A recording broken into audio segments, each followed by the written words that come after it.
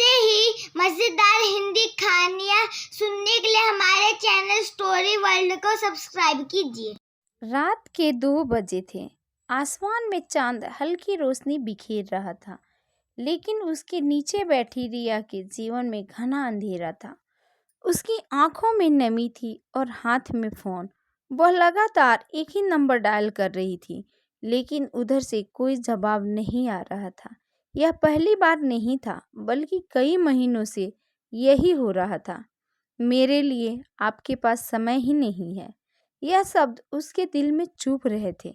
जिस इंसान के लिए उसने अपनी पूरी दुनिया समर्पित कर दी थी, आज वही उसे नज़रअंदाज कर रहा था। लेकिन क्यों? क्या वह बदल गया था या उसकी ज़िंदगी में कोई और आ गया था?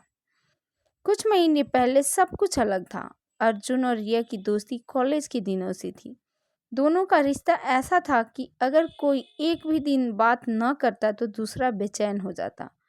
अर्जुन ने हमेशा रिया से कहा था, अगर इस दुनिया में किसी के लिए मेरे पास हमेशा समय होगा तो वह तुम हो। रिया मुस्कुरा देती और कहती, देख लेना, एक दिन यही वादा भूल जाओगे। अर्जुन हंसकर कहता, असंभव, ऐसा कभी नहीं होगा। पर अब वही अर्जुन था और वही रिया, लेकिन परिस्थितियां पूरी तरह बदल चुकी थी। अर्जुन के पास अब उसके लिए समय नहीं था। रिया को याद था कि पहले अर्जुन हर सुबह उसे कॉल करता था, उसका हाल पूछता था, उसकी बातें सुनता था, लेकिन अब कॉल्स कम हो गई थी। मैसेज का जवाब घंटों बाद आता था। बहाने बनने लगे थे, बहुत काम है, बिजी हूँ, बाद में बात करता हूँ। रिया समझ नहीं पा रही थी कि अचानक ऐसा क्या हुआ।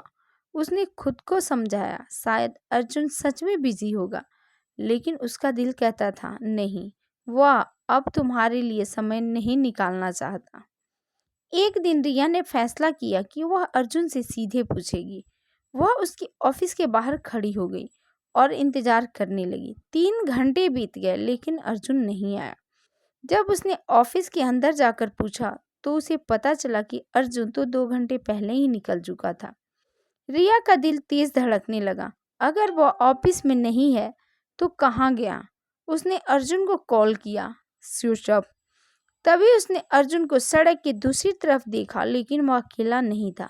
उसके साथ एक लड़की थी। वे दोनों हंस रहे थे और अर्जुन के चेहरे पर वह मुस्कान थी जो कभी सिर्फ रिया के लिए हुआ करती थी।